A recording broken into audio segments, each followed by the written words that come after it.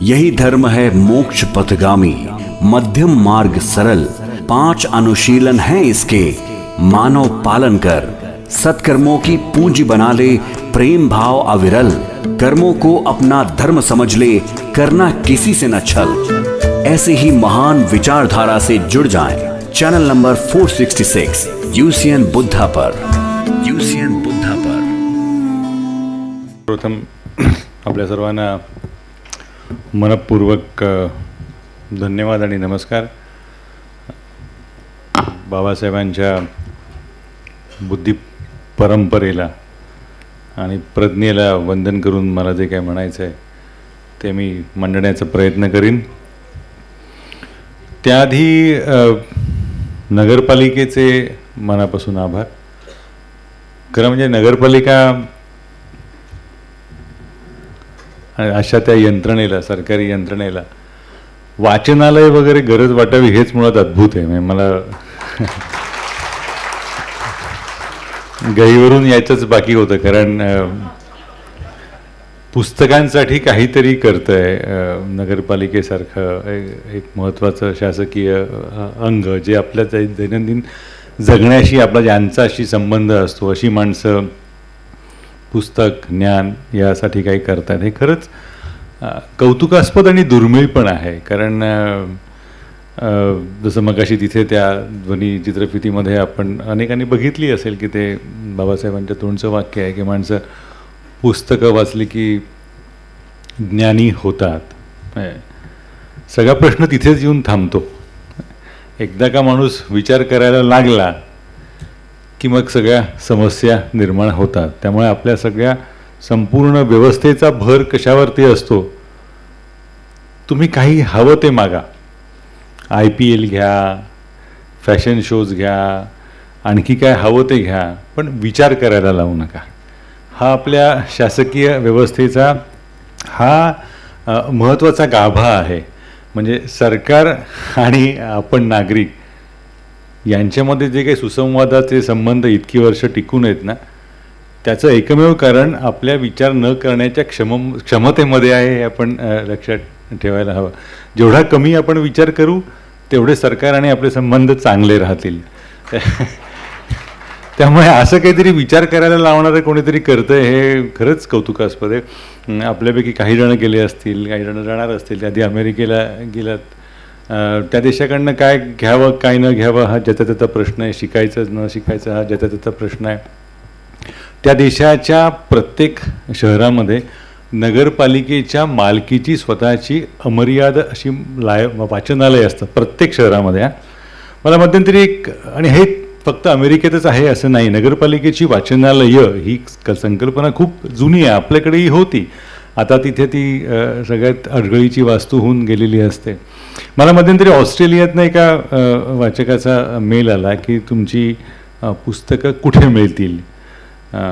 तर कळलं की ते ऑस्ट्रेलियात राहतात वगैरे. तर ऑक्टोबर नोव्हेंबर महिना होता. म्हटलं तुम्ही इथे दिवाळीसाठी वगैरे येणार असालच ना, कारण मराठी माणूस हा प्रदेशात गेला की तिथे तो गणपती साजरा करतो आणि दिवाळीला इकडे येतो. साधारण अशी एक परंपरा आहे. त्यावेळेला नाही, मला त्यासाठी नको आहे, मला इथे मागवायची आहे. म्हणजे तुम्ही मेलबर्नला पुस्तकं मागवणार माझी? तर त्यांनी ते पुढचं सांगितलं ना, ते धक्कादायक आहे. तर त्या देशामध्ये एक पद्धत आहे, त्या देशामध्ये एक नियम आहे. प्रत्येक नगरपालिका त्यांचं स्वतःचं वाचनालय असतं आणि दरवर्षी ती आपल्या शहरामधल्या बहुभाषिक नागरिकांना तुम्हाला कोणती पुस्तकं वाचायला आवडतील तशा 25 पुस्तकांची यादी द्या, आम्ही आमच्या खर्चानं ती मागवतो. आता हे नगरपालिकेला करावं असं वाटणं, त्याच्यात काही कट वगैरे नसताना असं काहीतरी काम केलं जाणं हे खूपच कौतुकास्पद आहे. याचा खरंच मनापासून अभिमान बाळगायला हवा. तशा स्वरूपाचं काही एक चांगलं उदात्त काम या इथे घडतंय, याचा मनापासून आनंद आहे. आणि ते बाबासाहेबांच्या नावाने घडत असेल तर त्याहून जास्त आनंद, कारण त्याच्या इतका ग्रंथप्रेमी माणूस अलीकडच्या आपल्या कालखंडामध्ये दिसणार नाही. ज्या विविध विषयांवर त्यांचं प्रभुत्व होतं, ज्या विविध विषयांचा त्यांनी धांडोळा घेतला, म्हणजे एकेका क्षेत्रासाठी एक आयुष्य घालवतात माणसं. यांनी अनेक क्षेत्रांसाठी एकाच आयुष्यात सगळी ही मांडणी केली. हे अद्भुत आहे. त्या बुद्धिमत्तेच्या थोडासा तरी अंश आपल्यामध्ये यावा अशी प्रत्येकाची मला असं वाटतं इच्छा असायला हवी आणि त्या इच्छेनुसार आपले प्रयत्न असायला हवेत. कारण आपली सगळ्यात मोठी जर कुठली समस्या असेल तर भावना नावाचा प्रकार जो काय आहे तो सगळ्यात मोठा आपला डोक्यावरच्या भारासारखा झालेला आहे. त्या भावनेला जरा बाजूला करून बुद्धीला जरा याची संधी दिली तर मला असं वाटतं की आपल्याला आपल्या समस्यांना प्रामाणिकपणे भेटता येईल, त्यांचा अंदाज घेता येईल. त्यामुळे हा कार्यक्रम हा बाबासाहेबांच्या विविध पैलूंचं सादरीकरण आहे. नगरपालिका अशी ज्याला प्रबोधन म्हणतात, प्रबोधनात्मक व्याख्यान मला करते, हे खूप छान आहे. आणि त्याच्यामध्ये मला संधी मिळाली एक म्हणजे रावसाहेब कसबेंसारखी अभ्यासात गुंतलेली, आयुष्यभर गुंतलेली माणसं इथे आलेली आहेत. त्या रांगेमध्ये मला संधी मिळते, हा माझा मी बहुमान समजतो. आणि तितकी योग्यता आहे किंवा नाही हे मला अर्थातच माहिती नाही आहे, पण मला जो काही थोडासा एक कोणातनं बाबासाहेबांकडनं बघत असताना जे मुद्दे जाणवले ते मला असं वाटतं की ते सांगायला हवेत. याचं कारण असं की हे जे 2-3 मुद्दे आहेत ते सांगितल्याशिवाय लोकांपर्यंत समजतच नाहीत. म्हणजे भारतीय राजकारणाचा तुम्ही जर इतिहास बघितलात, राजकारणात म्हणतो तेव्हा सध्याचा नाही आहे, म्हणजे स्वातंत्र्यप्राप्ती आणि त्यानंतरचा काळ हे मला अभिप्रेत आहे. तर तिथे प्रत्येक माणूस हा विविध शाखांशी संबंधित होताच, पण सगळ्यांमध्ये एक समान धागा होता आणि हा समान धागा खूप महत्त्वाचा आहे समजून घेणं. म्हणजे भारतीय राजकारण सध्या मागे पडलं असेल असं तुम्हाला प्रामाणिकपणे जर वाटत असेल तर त्याचं कारण मी जे म्हणतोय त्याच्यामध्ये आहे आणि तो समान धागा अर्थशास्त्र आहे. एकापेक्षा एक माणसं त्यावेळेला अर्थशास्त्र शिकून किंवा अर्थशास्त्र शिकलेले राजकारणाशी संबंधित होते. दादाभाई नौरोजींपासून तर तुम्ही सुरुवात केलीत, कारण त्यांनी पहिल्यांदा त्या सगळ्याची मांडणी केली. म्हणजे इंग्लंडला प्रोफेसर कार्लाईल हे दर रविवारी अर्थशास्त्रविषयक व्याख्यानं घ्यायचे आणि त्या व्याख्यानांना दादाभाई नौरोजींसारखी माणसं त्यावेळेला गेलेली होती. आणि एका भाषणामध्ये त्यांनी असं विधान केलेलं आहे कार्लाईलने की देशाची संपत्ती त्या देशाच्या सोन्याच्या साठ्यावर अवलंबून नसते, तर ते त्या देशामध्ये पोलाद किती निघतं त्याच्यात देशाची श्रीमंती मोजायची खरी गरज आहे. आणि ज्या देशाला पोलादाचं महत्त्व पटलं ते देश मोठे झाले असं म्हणजे तेव्हा हा माणूस सांगत होता. त्याचं महत्त्व कळून घेणारे दादाभाई नौरोजींसारखे होते. त्या या व्याख्यानाला सगळ्यात शेवटच्या रांगेमध्ये एक माणूस बसलेला होता आणि त्याला आज लक्षात आलं की हे म्हणतात ते आपल्या देशात काहीच नाही आहे आणि त्याचं माणसाचं नाव जमशेदजी टाटा. मग त्यांनी तो पोलादाचा कारखाना वगैरे काढला. मग तिथून जी परंपरा सुरू होते ना अर्थशास्त्राच्या अभ्यासकांची, गोपाळ कृष्ण गोखले आहेत, रानडे आहेत, ज्यांनी दर्पण हे नियतकालिक काढलं, ते बाळशास्त्री जांभेकर त्याच्यामध्ये आहेत. त्यांनी तर त्यावेळेला इंग्लंडच्या इतिहासाचा पूर्णपणे खंडात्मक असं साहित्य लिहिलं. आता जो देश पारतंत्र्यामध्ये आहे त्या पारतंत्र्यामध्ये ज्या देशावरती ज्याचं राज्य आहे त्या देशाचा इतिहास हा त्या पारतंत्र्यातल्या किंवा गुलामीतला एक साधा ज्याला म्हणता येईल अभ्यासक लिहितो आणि त्या पुस्तकाची शिफारस इंग्लंडमध्ये केली जात होती. म्हणजे काय प्रज्ञेची माणसं असतील आपण लक्षात घ्या. आता आपण सध्या रोज सगळे हवामानाचे अंदाज वगैरे बांधत ते सांगतात ते सगळे बघत असतो, पण ती हवामानाची जी वेधशाळा आहे जिथून अंदाज व्यक्त केला जातो तो मुळात आपल्या दर्पणकारांनी त्यांनी त्यांच्या कल्पनेतनं ते जन्माला आलेलं आहे. ह्या सगळ्यांना अर्थशास्त्राची जाणीव होती आणि अर्थशास्त्राची जाणीव नसलेला जो एक नेता होता त्याला कळलं जोपर्यंत आपल्याला अर्थशास्त्र कळत नाही तोपर्यंत आपल्याला राजकारणात प्रगती करता येणार नाही. म्हणून त्यांनी आपले बाकीचे सगळे उद्योग थांबवले आणि एक वर्षभर पूर्णपणे अर्थकारणावरती लक्ष केंद्रित केलं. त्या व्यक्तीचं नाव बाळ गंगाधर टिळक. त्यांनी पूर्णपणे अर्थशास्त्राच्या अंगाने या सगळ्या देशाचा विचार केला. त्या मालिकेमधला या सगळ्यांच्या पासंगाला पुरून उरेल असा जातिवंत अर्थशास्त्री जर कुठला असेल तर त्याचं नाव डॉक्टर बाबासाहेब आंबेडकर. हे म्हणजे मला कधी कधी असं वाटतं की आपल्याला सोप्या गोष्टी पटकन कळतात. मी आपल्यापैकी काही जणांनी नटसम्राट नाटक बघितलं असेल तर मी काय सांगतो ते मुद्दा लक्ष देईल. त्याच्यामध्ये एक वाक्य आहे की ते त्यातलं जे आजोबा असतात गणपतराव बेलवलकर ते लेकीच्या घरी राहायला गेलेले असतात. लेकीचा नवरा हा तिथला पाटबंधारे खात्याचा कोणीतरी अधिकारी असतो आणि हे सकाळी फुलं तोडायला फिरायला जातात, येताना फुलं तोडून येतात. तर तो शेजारच्या पलीकडचा जो बंगलेवाला असतो तो त्यांच्या अंगावर डाफरतो, हे फुलं बिलं तोडायची नाहीत काय वगैरे असं काहीतरी त्यांना ते काय म्हणायचं ते म्हणतो. आणि ते हा प्रसंग सांगतात आणि तेव्हा त्या व्यक्तीला म्हणतात, अरे प्रत्येक पाकळीवर जगन्नियंत्याची स्वाक्षरी असते आणि त्या स्वाक्षरी सगळं फूल जन्माला आलेलं असतं, असं ते आपल्या लेकीला कौतुकाने सांगायला जातं. तर ती लेक विचारते, त्यांना कळलं का ते सगळं? नाही, त्यांना काही कळलं नाही. मग त्यांना काय कळलं? मी अमुक अमुकचा सासरा आहे हे त्यांना कळलं. तर ते इतकं त्यांचं सुंदर वाक्य आहे की प्रत्येकाच्या खिडकीतनं व्याधाची चांदणी दिसते म्हणजे त्याच्या मालकीची नसते. तशा सोपेपणाच्या आपल्या जो काही सगळा दुराग्रह चालू आहे आपल्या समाजाचा, सगळं सोपं करून सांगायचं, सगळं सोपं आहे ते त्याच्यावरती प्रेम करायचं आणि जे कळलं नाही तर ते समजूनच घ्यायचं नाही. त्यातला अतिशय दुर्दैवी प्रकार म्हणजे बाबासाहेबांच्या अर्थविषयक जाणीवांचा आपल्या अंदाजच नसणं. हे अर्थतज्ञ, अर्थ अभ्यासक म्हणून इतकं मोठं काम आहे त्यांचं की त्याच्यावरती अनेकांची, केवळ म्हणजे अर्थशास्त्र या विषयावर बाबासाहेबांच्या पैलूंवरती 8 दिवसाची व्याख्यानमाला होईल एवढ्या विविध अंगाने त्यांनी काम केलेलं आहे. मुळात मुंबईला त्यांची ती पदवी, मग तिथून त्यांनी ते अमेरिकेमध्ये कोलंबिया विद्यापीठामध्ये अर्थशास्त्राची पदवी घेतली. तिथे ते 3 वर्ष होते. त्या 3 वर्षामध्ये त्यांनी 29 अभ्यासक्रम पूर्ण केलेत अर्थशास्त्राचे. म्हणजे वर्षाला 10 झाले. म्हणजे साधारण एक पदवी घेताना अनेक जणांचा मुक्काम महाविद्यालयात आहे ठिकाणीच रेंगाळतो. 5 वर्षाचे 6-7 वर्ष होतात, जरा चाललंय. पण या माणसाने 3 वर्षाच्या कालखंडामध्ये तिथे 29 अभ्यासक्रम पूर्ण केले. म्हणजे काय बुद्धिमत्तेच्या माणसाचं आपण गौरव करतोय हे पण मला असं वाटतं की आपल्या डोक्यात कुठेतरी ते भान असायला हवं. कारण त्याचा जर एकदा वेध घ्यायची सवय आपल्याला लागली तर आपल्याला कुठे जायचंय किंवा निदान कुठला रस्ता निवडायचा आहे हे तरी कळू शकेल.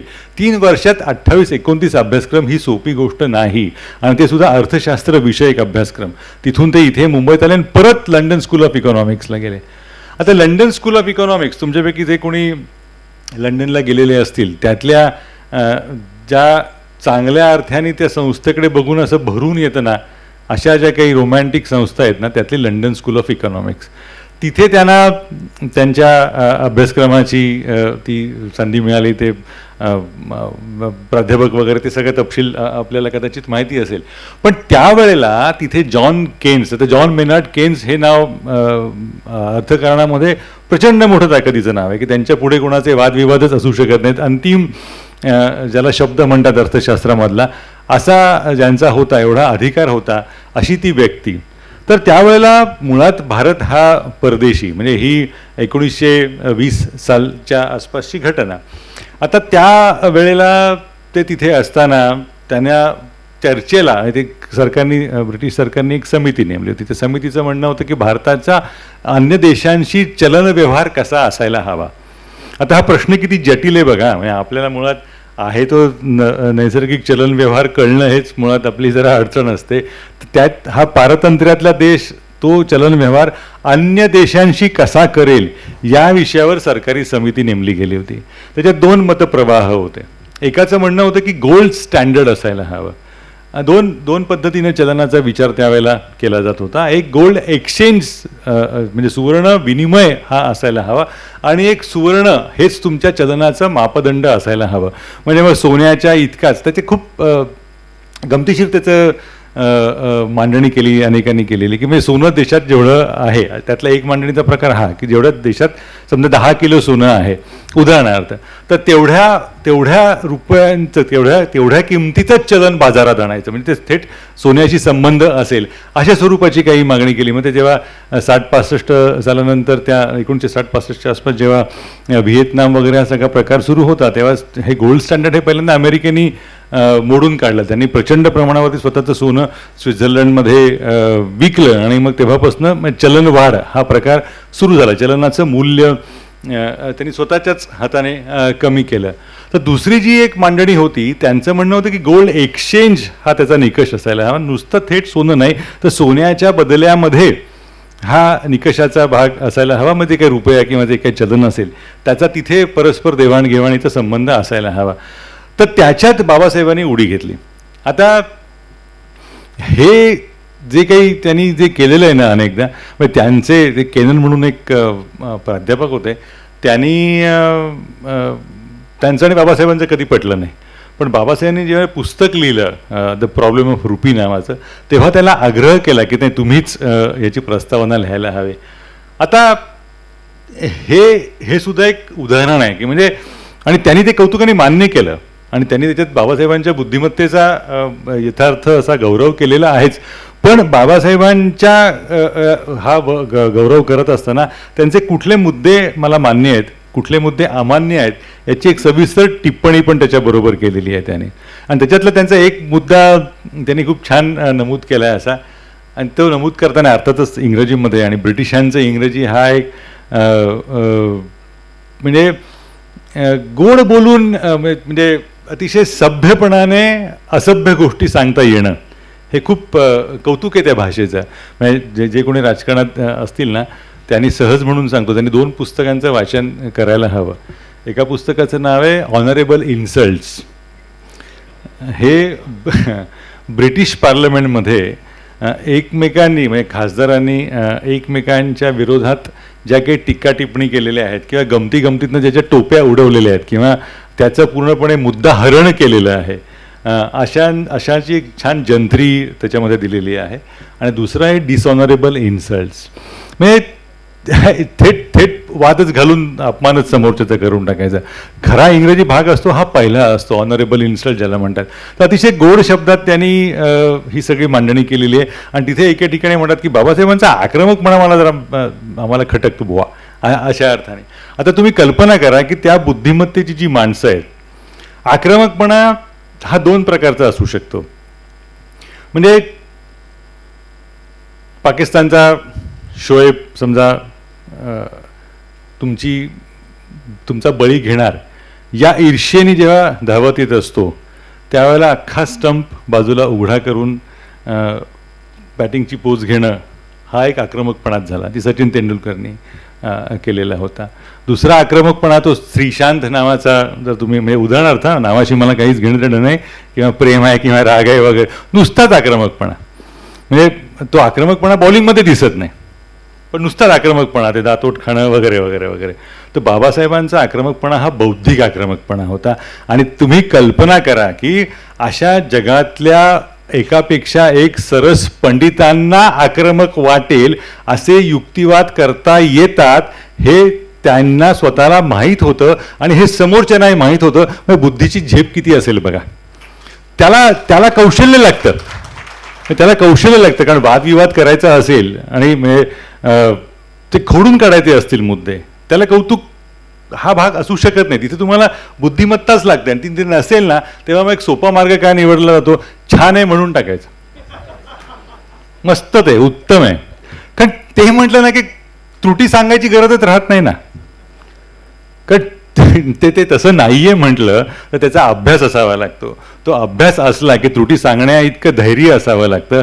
त्यासाठी स्वतःच्या बुद्धिमत्तेवरती स्वतःचा विश्वास असावा लागतो. हे सगळं असल्यानंतर परत त्याच्याबरोबर मांडण्याची ताकद असायला हवी, क्षमता असायला हवी. इंग्रजीमध्ये ज्याला आर्टिक्युलेशन म्हणतात, ते सगळं असायला हवं. तर ते सगळं असलेलं आहे. हे किती वयाचे, 30शीतले पण नव्हते त्यावेळेला. ह्या जगात सगळे असे जे रुढाचार्य जे म्हणले जाणारे होते, त्या माणसांसमोर हे माणूस बाबासाहेब वाद घालायचे आणि त्या वादात त्यांना चितपट करायचे. त्याची कबुली त्यांच्याच गुरुने एका नंतरच्या एका निबंधामध्ये दिलेली आहे.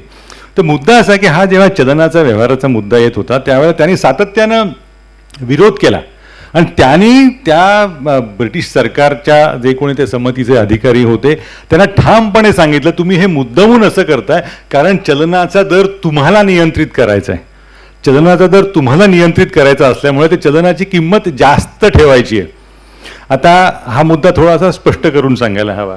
चलनाची किंमत जास्त होते, म्हणजे आपण म्हणतो डॉलर खूप महागला किंवा रुपया स्वस्त झाला किंवा रुपया खूप महागला, आणि आपल्या सगळ्यांची इच्छा असते, हे तर मला खूपच महानच त्यावेळेच्या दृष्टिकोनातनं वाटतं की रुपया सक्षम असायला हवा, तगडा पाहिजे असा एकदम, म्हणजे डॉलरच्या इतका.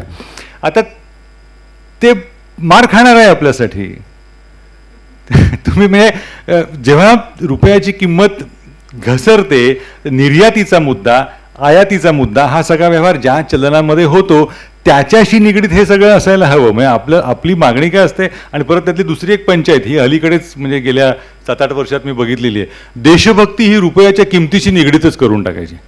म्हणजे देश महान तर रुपया महान. अरे असं नाही आहे.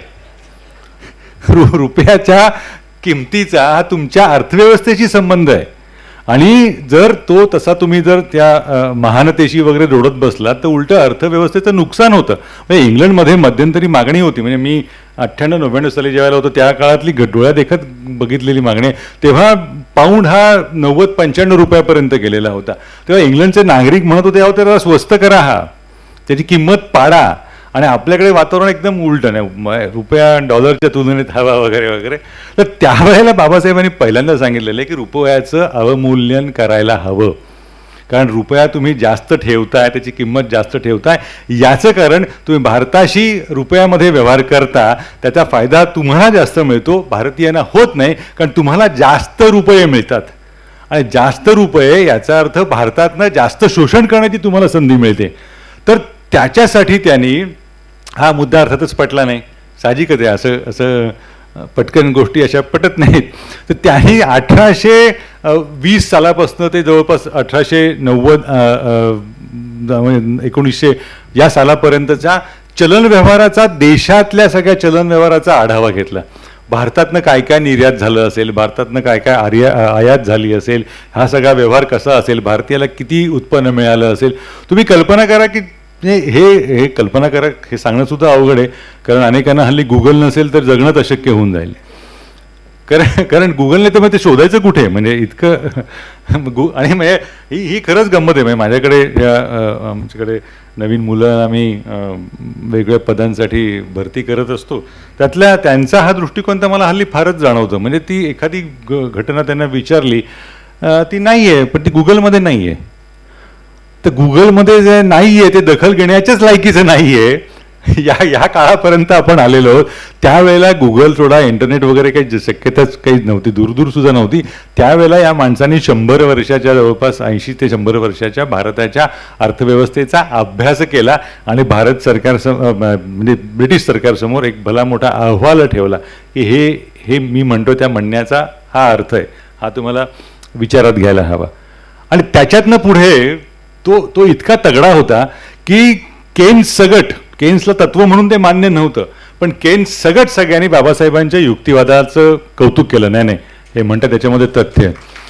तर हा मुद्दा मला आजच्या काळात सुद्धा खूप सुसंगत वाटतो की मी विरोधक आहे याचा अर्थ शत्रू नाही.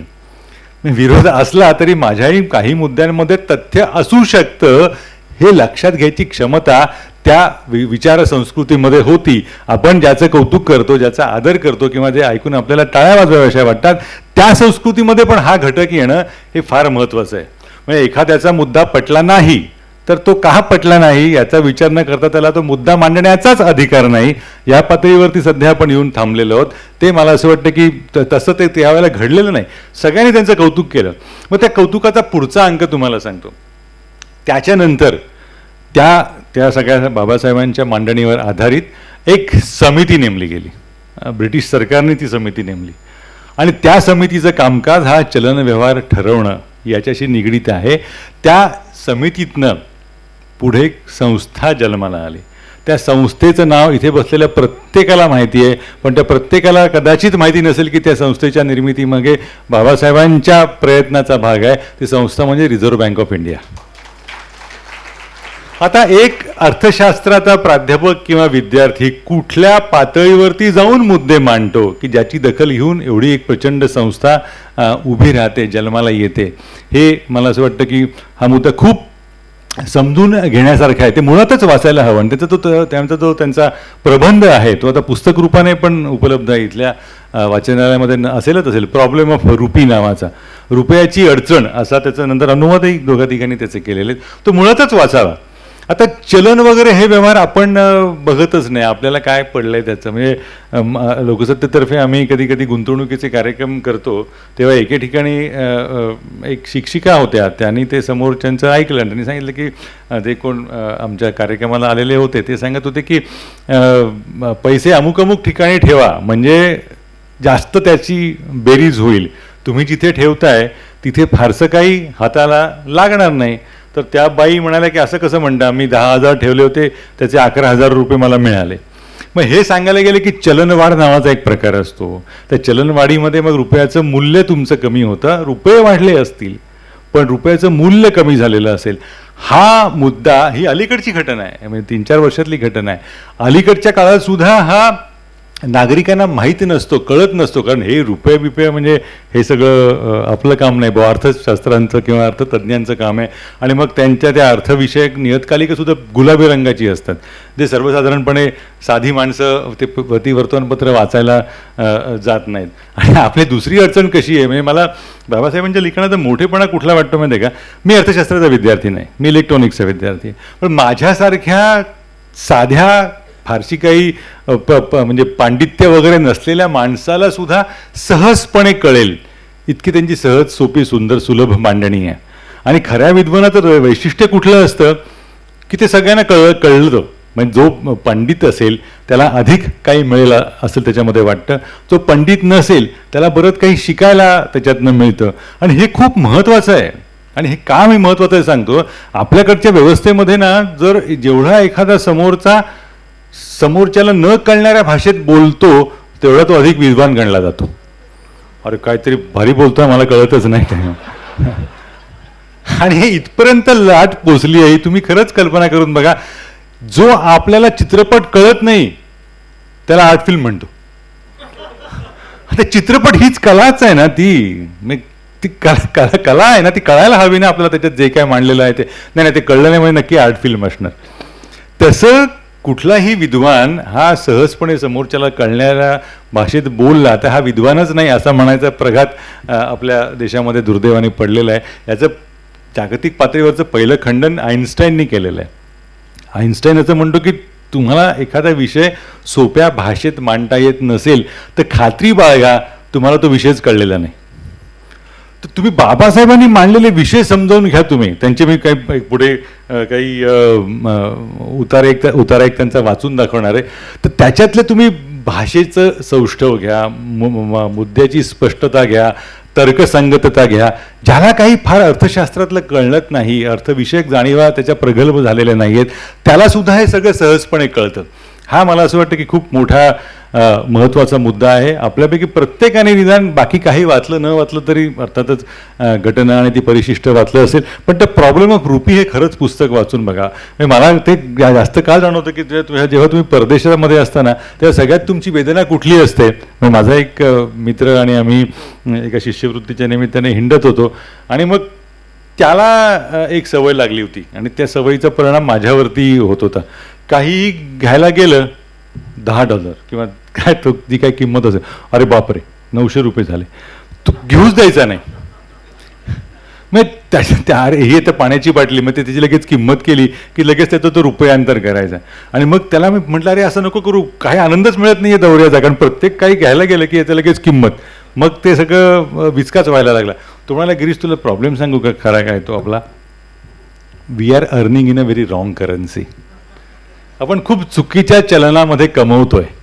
आता हे वाक्य हे वेदनादायी वाक्य आहे, पण ते चलन म्हणजे काय, चलनाचा व्यवहार म्हणजे काय हे समजून घ्यायचं असेल तर खरंच हे प्रॉब्लेम ऑफ रुपी नावाचं, आणि त्यांनी सुद्धा प्रॉब्लेम ऑफ रुपी म्हटलेलं आहे सरळपणे, उगीच प्रॉब्लेम म्हणजे ग्रेटनेस ऑफ रुपी वगैरे, रुपया किती महान आहे वगैरे वगैरे असं काहीही केलेलं नाही. प्रॉब्लेम ऑफ रुपी ठसठशीतपणे समोरपणे जे काय आहे ते मांडणं. तर हा एक त्यांच्या पुस्तकाचा आधार आपण खरोखर घ्यायला हवा. आणि त्या अनुषंगाने बाबासाहेबांनी 3 जे काय म्हणतात त्याला खंडात्मक असेल प्रबंधनात्मक लिखाण केलेलं आहे ना, त्याचे फक्त मला आणखी 2 दाखले द्यायचे आहेत. एक आहे हा शेतीविषयीचा, त्यांनी निबंधच लिहिला की भारताची शेती ही अशी का आहे. खूप सुंदर निबंध. त्यातलं एक वाक्य जर मी पटकन आधी तुम्हाला सांगितलं ना तर धक्का बसेल, ते विरोधाभासाचं वाक्य वाटेल. ते असं म्हणाले होते की भारताची शेती जर प्रागतिक व्हायची असेल, भारताची शेती जर किफायतशीर व्हायची असेल तर भारतामध्ये औद्योगिकरण वाढायला हवं. आता हा माणूस म्हणतोय शेती तर चांगली फायदेशीर व्हायला हवी, मग त्याच वेळेला म्हणतात उद्योग वाढायला हवेत. मग तुम्ही असं ते म्हणतात तेव्हा जेव्हा तुम्ही खोलात जाता त्या निबंधाच्या, तेव्हा जाणवतं की त्यांच्या म्हणण्याचा अर्थ काय. तो असा आहे की सर्वसाधारणपणे मांडणी कशी होते की अगदी माझ्यासारखा सुद्धा माणूस मांडणी काय करतो की आपलं दरडोई एकरी मालकी खूप कमी आहे शेतीची. 4 एकर हे आपलं सरासरी मालकी आहे. असं म्हणजे 4 एकर सुद्धा अनेकांच्या बाबतीत कमी झालं, कारण बरेचसे अल्पभूधारकच असतात. तर त्याच्यामुळे आपली शेती किफायतशीर नाही असा एक सिद्धांत सरसकटपणे देशात मांडला गेलेला आहे. बाबासाहेबांनी दाखवून दिलं की शेती फायदेशीर होण्यासाठी जमिनीचा आकार महत्त्वाचा नसतो. त्यामध्ये तुम्ही भांडवल किती ओतताय, त्या भांडवलाला तंत्रज्ञानाची किती जोड आहे, त्या तंत्रज्ञानाच्या जोडीला बाजारपेठ ही सगळी सक्षम आहे का, हे सगळं ज्याला ॲब्सॉर्ब म्हणतात शोषून घेण्यासाठी ही सगळी बाजारपेठ सक्षम आहे का, अशा पद्धतीनं विचार करत करत करत त्यांनी शेतीचा मुद्दा मांडलेला आहे. आणि तो पटायला अजूनही म्हणजे त्याचं खरं महत्त्व ज्यांनी कोणी ओळखलं ते अलीकडच्या काळामध्ये शरद जोशी यांनी, की बाबासाहेब म्हणतात तरी की ते औद्योगिकरण व्हायला हवं, याचा अर्थ शेतीवरती अवलंबून असलेली तोंड कमी व्हायला हवीत, जी तोपर्यंत कमी होत नाहीत तोपर्यंत भांडवल वृद्धी कितीही केली तरी त्याची जी काही विभागणी आहे जमिनीची उत्पन्नाची, याच्यात हे सगळं आपलं खर्च होत जाणारं आहे. म्हणून ते पहिल्यांदा तोडायला हवं. हा निबंध अतिशय महत्त्वाचा आहे, कारण आत्ताच्या शेतीच्या ज्या आपल्या अडचणी आहेत ना, या पूर्णपणे त्याच्याशी निगडीत आहेत आणि त्या आपण मान्य करत नाही. म्हणजे हे अजूनही आपल्याला पटत नाही आहे की औद्योगिकरण असायला हवं, शेती आणि आपल्याकडे तर दुसरा म्हणजे त्या विषयावर मध्यंतरी लिहिलं होतं तेव्हा खूपच शिव्या वगैरे पडल्या होत्या की ज्याला काही द्यायचं नाही ना त्याचं खूप कौतुक करायचं. मतदार राजा, ग्राहक राजा, बळीराजा. आता कसला राजा आणि काय त्याला, म्हणजे तो म्हणतोय का, म्हणजे मी भरपूर हिंडत असतो महाराष्ट्रात, देशात आणि अन्यत्र सुद्धा. एकही शेतकरी मला असा भेटलेला नाही की जो म्हणतो की मला वीज मोफत हवी किंवा मला पाणीच मोफत द्या किंवा मला कर्जमाफीच करा. कोणीही मागणी करत नाही. त्यांची एकच साधी मागणी असते, जे काय मी पिकवतो त्याला बाजारपेठेचा जो काय दर आहे तो द्या. सोपी गोष्ट आहे, पण ते द्यायची नाही आपल्याला. आणि मग बळीराजा आनंदी कसा राहील यासाठी प्रयत्न करायचे. हे याची इतकी सैद्धांतिक मांडणी बाबासाहेबांच्या निबंधात येते ना, खूप बरं वाटतं. कारण असं रोखठोकपणे जे काही आहे ते सांगायला हवं. आणि हे हे हे खरं म्हणजे एका अर्थाने मराठी भाषेचं पण वैशिष्ट्य आहे. म्हणजे टिळकांना त्यांच्या अग्रलेखाविषयी एकाने वाचकांनी लिहिलं, तुम्ही तुमची भाषा फार करकरीत आणि कोरडी आणि फार दुखवणारी असते, तुम्ही जरा सौम्य भाषेत लिहायला हवं. तर त्यांनी मराठी कशी आहे यावर अतिशय सुंदर असा छान दाखला दिला. आणि ते पुढे असं म्हणतात की या अशा भाषेमध्ये रावसाहेब पाय घसरून पडले तर आम्ही रावसाहेब पाय घसरून पडले असेच लिहिणार, रावसाहेब जमिनी समांतर जाहले असं लिहिणार नाही. आता याचा उत्तम नमुना बाबासाहेबांच्या लिखाणामध्ये आढळतो. स्वच्छ, थेट आणि जे काही अडचणीचे मुद्दे आहेत ते, तर त्यांनी त्या शेतीविषयक निबंधात इतके सुंदरपणे मांडलेले. हा विचार करण्यासारखा निबंध आहे. कारण मगाशी तसं म्हणालो होतं, तर शेतीमध्ये आपली गुंतवणूक नाही, कारण भांडवल घालायला कोणी येणारच नाही, कारण त्याच्या परताव्याचीच हमी नाही. ती परताव्याची का हमी नाही, कारण हे जे सगळ्या अडचणी आहेत त्या, तर त्या काळात त्यांनी त्या सगळ्या मांडलेल्या आहेत. त्याचं एक अतिशय महत्त्वाचं कौतुक. तिसरा त्यांचा जो निबंध आहे, म्हणजे जो पुस्तकात काही मला वाटतं आहे, परदेशी संस्थांच्या पुस्तकात त्यांनी तो अंतर्भाव केलेला आहे, तो सध्याच्या काळात तर फारच महत्त्वाचा वाटतो मला. तो ज्याला इंग्रजीमध्ये फेडरल स्ट्रक्चर म्हणतात. आपली ही जी लोकशाही आहे ही राज्य आणि केंद्र यांच्यातनं तयार झालेली लोकशाही आहे, ज्याला मराठीमध्ये खूप छान शब्द आहे की राज्यांना जे एक महत्त्व द्यायला हवं ते द्यायला हवं. त्याची मांडणी करताना तेव्हा पारतंत्र्यात असतानाची ही गोष्ट आहे, तेव्हा बाबासाहेबांनी हा मुद्दा मांडून ठेवलेला आहे की राज्यांना त्यांचे आर्थिक अधिकार, घटनात्मक अधिकार जर दिले गेले नाहीत तर लोकशाही कशी संकटात येऊ शकते. आता त्यांना काय 2022 साली होणार आहे माहिती असायची शक्यता नव्हती, पण हा मुद्दा येतो, हा महत्त्वाचा आहे. कारण ही जी विकेंद्रित रचना आहे, त्या विकेंद्रित रचनेमध्ये प्रत्येक त्या छोट्या लहान मोठ्या घटकाला त्याची स्वायत्तता असायला हवी, त्याचे आर्थिक अधिकार असायला हवेत, अशा पद्धतीनं ते विचार करतात. आणि मला हे 2-3 मुद्दे का महत्त्वाचे वाटतात की त्यांच्या सगळ्या मांडणीमागे आर्थिक विचार आहे. आणि तुम्ही प्रामाणिकपणे सांगतो तुम्हाला जे काही थोडंफार कळतं किंवा बघायची सवय लागली, त्याच्यातनं मला जाणवणारा कुठला मुद्दा असेल तर एक वैश्विक सत्य कुठलं असेल, बाकी सगळ्या गोष्टी खूप मला दुय्यम वाटतात. एकमेव गोष्ट जी आहे ना ती अर्थकारण. आणि ते अर्थकारण जोपर्यंत कळत नाही ना तोपर्यंत बाकी तुम्हाला काही कळू दे, तुमचं गोत्र कुठलं, नाव कुठलं, आमच्या गावचं आहे का, त्या गावचा आहे का, जातीचा कुठला आहे, धर्माचा कुठला आहे, या गोष्टी खूप दुय्यम आहेत, खूप क्षुद्र आहेत. पहिला मुद्दा आहे तो अर्थकारणाचा. आणि जेव्हा या अर्थकारणावरती बाबासाहेब अशा पद्धतीने मांडणी करतात आणि 2000 मला वाटतं 10 साली थॉमस फ्रिडमन नावाचा पत्रकार एक अतिशय सुंदर पुस्तक लिहून जातो, the Lexus and the olive tree नावाचं. त्या पुस्तकामध्ये तो जगाची विभागणी 2च गटांमध्ये करतो. एका बाजूला हे पारंपरिक मूल्य मानणारे, मग ती काय सांस्कृतिक असेल, धार्मिक असेल, त्या देशांचा समूह, आणि दुसऱ्या बाजूला आर्थिक मूल्याचं महत्त्व कळणाऱ्या देशांचा समूह. हा फरक लक्षात घ्या, म्हणजे हे खूप महत्त्वाचं आहे. म्हणजे ज्या देशाविषयी आपण रागाने किंवा अतिशय प्रेमाने बोलतो, उदाहरणार्थ युनायटेड स्टेट्स ऑफ अमेरिका, त्या देशाने स्वतःच्या भूमीवरती 1860 नंतर युद्धच केलेलं नाही आहे. युद्ध केली आहेत पण स्वतःच्या भूमीवरती केलेली नाही आहेत. याचे अनेक दाखले देत देत देत थॉमस फ्रिडमन असं म्हणतो की जो देश ज्याला अर्थव्यवस्थेचं महत्त्व पटलेलं आहे तो असल्या युद्ध भावना असल्या फालतू गोष्टीत वेळ घालवत नाही, तो अर्थव्यवस्थेची प्रगती करतो. म्हणून त्या पुस्तकाचं नाव काय, the Lexus and the olive tree. Lexus म्हणजे जगातल्या एका श्रीमंत गाडीचं, लेक्सस ही गाडी आहे, त्या गाडीचं स्वप्न बघणारा, गाडी आपल्या पदरी बाळगावी अशी इच्छा असणारा वर्ग, आणि दुसऱ्या बाजूला पारंपरिक मूल्य घेऊन जगणारा समाज. आता याची मांडणी जर अशा पद्धतीनं केली जात असेल आजच्या काळात सुद्धा, तर त्या काळात बाबासाहेबांनी केलेले आहे की अर्थविषयक जाणीवा तुमच्या प्रगल्भ असायला हव्यात, आणि त्या प्रगल्भतेतनंच तुमचा विकास होऊ शकतो. कारण एकदा का तुम्ही आर्थिकदृष्ट्या प्रगत झालात की तुमच्या विचारांना अधिक गती येऊ शकते. आणि ज्या समाजामध्ये ज्यांची गुलामगिरीची मानसिकता असते, जमीनदारी मालकीची, ज्याला फ्युडल म्हणतात, ती मालकीची मानसिकता असते, तो देश एक वेळ उचलून पैसे द्यायची कल्पना मांडतो, पण आर्थिकदृष्ट्या सक्षम करण्याचा प्रयत्नच करत नाही समाजाला. कारण माणसं आर्थिकदृष्ट्या सक्षम झाली की आम्हाला विचारणार कोण, साधा मुद्दा आहे ना. आता तो का महत्त्वाचा आहे, आणि हे बाबासाहेबांसारख्या ज्याला सामाजिक चटक्यांचा विदारक अनुभव आयुष्यामध्ये आलेला आहे, ते चटके सहन करत करत तो एका बौद्धिक पातळीवरती गेलेला एक विचारवंत अशा स्वरूपाचा माणूस आहे.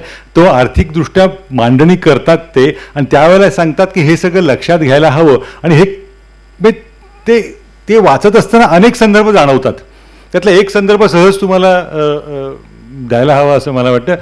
भारतामध्ये काय 29 राज्य अधिक केंद्रशासित प्रदेश वगैरे वगैरे आहेत. अमेरिकेमध्ये 50 राज्य आहेत. आता 1947 नंतर सुद्धा ज्या वेळेला आपण स्वतंत्र झालो आणि हे संघराज्य फेडरल स्टेट म्हणून जन्माला आलं, आकाराला आलं, 50 नंतर आपली घटना अंमलात यायला लागल्यानंतर, त्याच्यानंतर सुद्धा कित्येक राज्यांना फुटीरतावादाची झळ लागलेली आहे किंवा त्यांना फुटून वेगळं व्हावं असं वाटलेलं आहे. 1860 म्हणजे अब्राहम लिंकनचा काळ, तो जेव्हा अमेरिकेमध्ये स्वातंत्र्य युद्ध आणि देशांतर्गत गुलामी आणि या सगळ्या प्रश्नावरती संघर्ष झाला, त्याच्यानंतर एकाही राज्याला का वाटलेलं नाही याचा विचार कधी आपण करतो का? एक यातला मुद्दा तो विचारात घ्यायला हवा, तो असा की आर्थिक सक्षमता जर मिळाली तर माणसं त्या पद्धतीनं प्रगती करू शकतात. आता मुंबई आणि गडचिरोली इथल्या GDP-मध्ये, सकल राष्ट्रीय उत्पन्नामध्ये 400% फरक आहे. 400%. म्हणजे मुंबईतल्या नागरिकाचं दरडोई उत्पन्न काय असेल आणि गडचिरोलीतल्या नागरिकाचं दरडोई उत्पन्न काय असेल, याच्यामध्ये हा 400%, म्हणजे 2 वर्षापूर्वीच्या मला वाटतं आर्थिक पाणी अहवालातला हा संदर्भ मी देतोय. तर तशा पद्धतीनं जेव्हा तुमची रचना असते आणि संपत्तीचं विकेंद्रीकरण न होता प्रगतीच्या संधी नाकारल्या जातात, त्याच्यातनं फुटीरता जन्माला येते. मग ते ज्या सगळ्या संघर्ष आहेत आपले सामाजिक, आपले जातीय, आपले धार्मिक संघर्ष, त्या सगळ्याच्या मुळाशी कृपा करून लक्षात घ्या आर्थिक कारण आहेत.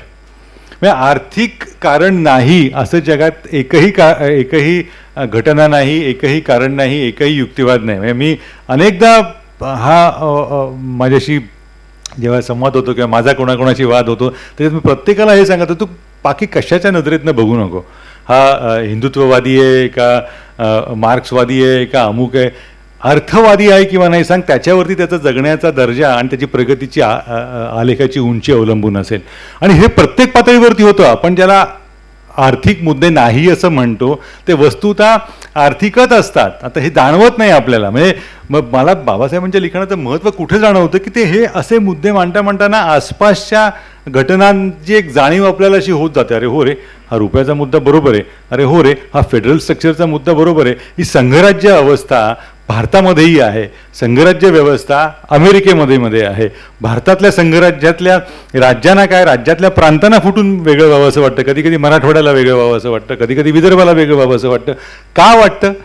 त्या सिद्धांतांचा मूळ हा बाबासाहेबांनी तो मांडून ठेवलेला आहे. त्याच्याशी ते जोडता येतं. कारण तुम्ही आर्थिक अधिकारच दिलेले नाही आहेत, तुम्ही आर्थिक स्वातंत्र्यच दिलेलं नाही आहे. म्हणून 1950 साली जेव्हा त्यांची ती जी आपली घटना जेव्हा देशाची अंमलात येत होती तेव्हा ते असं म्हणालेले आहेत. आणि हे वाक्य फार महत्त्वाचं आहे. मी हा सगळा जो संदर्भ देतो त्या वाक्याशी जोडला गेलेला आहे. आजपासनं म्हणजे 26 जानेवारी 1950चा संदर्भ त्याला आहे. आजपासनं आपल्या देशातल्या नागरिकांना राजकीय स्वातंत्र्य मिळेल. पूर्णविराम. स्वागत, चांगलीच घटना आहे. पण आर्थिक स्वातंत्र्य आणि सामाजिक स्वातंत्र्य नसेल तर राजकीय स्वातंत्र्याचा कितपत उपयोग होऊ शकेल असा माणूस ज्याने घटना लिहिली तो सांगतोय. हे समजून घ्यायला हवं. आणि ती घटनेची ताकद या म्हणजे हल्ली आता घटना म्हणून एक वेगळाच भावनिक नाजूक मुद्दा झालेला आहे. पण बाबासाहेबांनी स्वतःच त्या घटनेविषयी काय काय लिहून ठेवलेलं आहे हे एकदा कधीतरी आपण समजून घ्यायला हवं, ते वाचून घ्यायला हवं. कारण घटनेची उपयुक्तता, घटनेचं महत्त्व, घटनेचं मोल यावरती बाबासाहेबांनीच अतिशय पोटतिडकीपणे आणि अतिशय निर्भीडपणे आणि स्वतःच्या, आणि त्याला निर्भीडपणाला एक वेगळ्या अर्थाने भावना शून्यतेने असं म्हणायला हवं. म्हणजे इम्पॅशनेट वे, डिस्पॅशनेट वे. म्हणजे हल्ली होतं कसं, हल्ली म्हणजे पूर्वी तसंच होत असणार, प्रत्येकाला आपलं लिहिलेलं वाङ्मय हे अक्षरवाङ्मय असं वाटत असतं की याच्या इतकं जगात चांगलं काहीच नाही. आमच्याकडे जेव्हा लेख येतात ना त्यात लेखकाचं पहिलं वाक्य असतं ते एका शब्दाचाही बदल करू नये.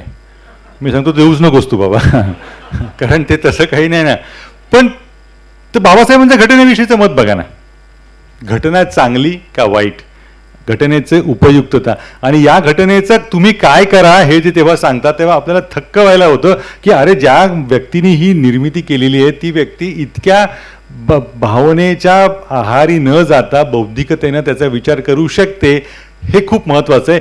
त्याचा कुठेतरी संदर्भ आपल्या जगण्याशी असायला हवा. कारण त्याशिवाय हे सगळं कळणार नाही. आणि तो संदर्भ कधी असू शकतो तर ज्या वेळेला तुमच्या आमच्या प्रत्येकाच्या आर्थिक जाणीवा प्रगल्भ होतील ना, जेव्हा अर्थकारण आपल्याला कळायला लागेल, जेव्हा आर्थिकदृष्ट्या आपण प्रत्येक घटनेचा अर्थ लावू शकू, अन्वयार्थ लावू शकू, तेव्हा आपल्याला कळेल की हे सगळं भावनाशून्य पद्धतीनं किंवा भावनाविरहित पद्धतीनं, भावनाशून्यतेला जरा नकारात्मक करताय, भावनाविरहित म्हणूया, भावनाविरहित याचं विश्लेषण कसं करता येऊ शकतं. कितीही लाडीगोडीनं प्रेमाने 2+2ची बेरीज केली तर ती काही 4.5 येणार नाही आहे ना, ते 4च येणार आहे. कितीही रागाने तरी 2+2 बेरीज केली तरी ती 4च येणार आहे. मग भावना आणायची कशाला? मग या भावनेच्या अनुषंगानं तर जेव्हा तो फेडरलिझमचा मुद्दा मांडतात तेव्हा ते जाणवतं हा खरंच मुद्दा आहे, आपण समजून घ्यायला हवा. मी अशा महाविद्यालयीन प्राध्यापकांच्या एका अशा कार्यक्रमामध्ये मुद्दा दिला होता. त्याच्यात एक ज्येष्ठ वयस्कर प्राध्यापिका होत्या. त्यावेळेला हे तुमचं काय मला पटत नाही, भावना खूप महत्त्वाची असते. म्हटलं मान्यच आहे मला, भावना महत्त्वाची आहे नाही की नाही हा मुद्दाच नाही, पण बुद्धी आणि भावना यांचं प्राबल्य निर्णय क्षमतेमध्ये किती असावं हा असा मुद्दा आहे. तर त्यामुळे नाही असं काही नसतं, काही काही निर्णय भावनेचेच असतात. म्हणजे ठीक आहे, मी तुम्हाला एक छोटंसं सहज प्रश्न विचारतो, त्याचं उत्तर तुम्हाला 4 चौघात देणं प्रशस्त वाटत नसेल तर मनातल्या मनात द्या, पण तुम्ही या प्रश्नाला एकदा भिडा. तर मी त्यांना सहज सुचलं म्हणून एक सहज प्रश्न विचारला की तुम्ही एक कुटुंब आहे, त्या कुटुंबातल्या तुमच्या वयाच्या बाईला 3 मुलं आहेत.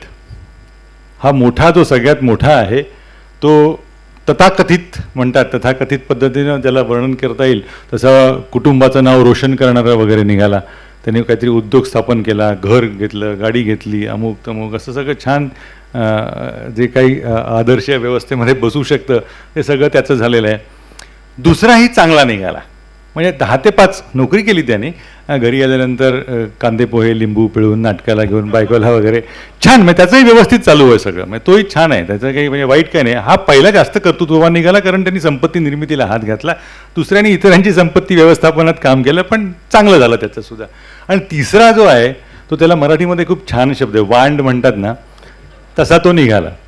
म्हणजे लहानपणी जास्त वेळ बाहेर राहिला तर वडील अतिशय प्रेमाने म्हणाले, कुठे उकिरडे फुंकायला गेला होतात, तसा तो असे उकिरडे फुंकतच बसला आणि काही केलं नाही आयुष्यात. आता खरं म्हणजे किती कुटुंबाला नाजूकपणे वेदना होत असतील ना, की मोठा एवढा कर्तृत्ववान त्यांनी कारखाना काढला, दुसरा एवढा ज्याचंही उत्तमपणे सुरू आहे आणि त्यांनी म्हातारपणी साफल्य वगैरे नावाचा बंगला लिहिल्या आणि धाकट्याने मात्र काहीच केलं नाही.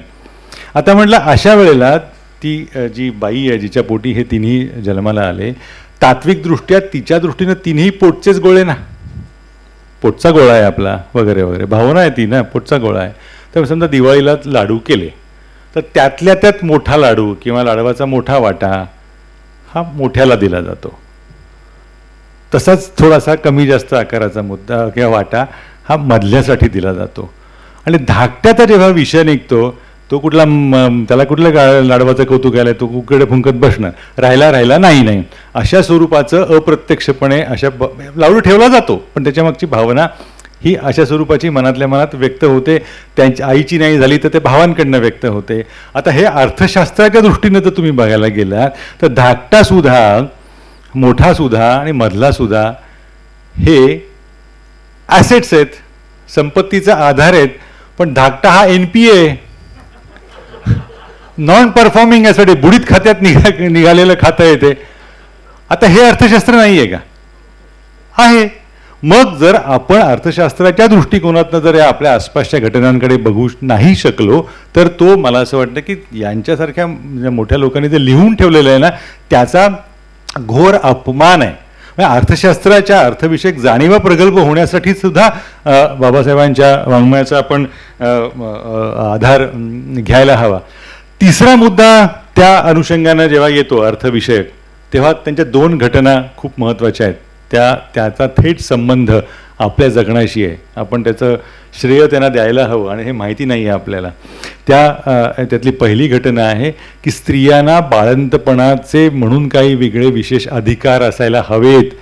Matrimonial facilities and matrimonial rights हा आता ते पुरुषांनाही मिळतात ते आता सोडा, पण भारतात महिलांना बाळंतपणाच्या काळातले विशेष अधिकार असायला हवेत ही मांडणी त्यांच्या अर्थविचारातनं आलेली आहे. आणि तो जो एक महिलेचं स्थान असण्याचा मुद्दा असतो कुटुंब व्यवस्थेमध्ये, समाज व्यवस्थेमध्ये, तेव्हा ज्या वेळेला तिच्या प्रगतीमध्ये बाळंतपणाने एक व्यत्यय येतो, एक खंड पडतो, त्याचं स्वतंत्र मूल्यमापन व्हायला हवं. त्या विषयाची वेगळी रजा असेल, वेगळं बत्ते जे काय असेल ते असेल, पण तो वेगळा विचार व्हायला हवा असं त्या माणसाने मांडून ठेवलेलं आहे. हे खरंच कौतुकास्पद आहे. अनेकांना माहिती नसतं. हे आपण याच्यापुढे कधी कधी आपल्या ओळखीच्यातली बाळंतपणाची हक्काची रजा वगैरे घेताना हे ध्यान ठेवायला हवं की त्याचा संबंध बाबासाहेबांनी जी काही मांडणी केली त्याच्याशी आहे. आणि दुसरा मुद्दा हा कामगार राज्य विमा योजनेसंदर्भातला ESIC, ही त्यांच्या कल्पनेतनं मांडली गेलेली ही अशा स्वरूपाची योजना आहे. हाही आपल्या मुद्दा माहिती नसतो, कारण साहजिकच आहे, अतिपरिचय दावज्ञ म्हणतात तशा स्वरूपाचं आपलं. बाबासाहेब म्हणलं की 14 तळे, आणि टिळक म्हणले की मी शेंगा खाल्ल्या नाहीत, मी टरफलं उचलणार नाही. याच्या पलीकडे सगळं आपलं मोठेपण संपतं. मग ते 2 तारखा असतात, त्या तारखेला जायचं आणि एकंदर नमस्कार किंवा जे काय करायचं ते करायचं.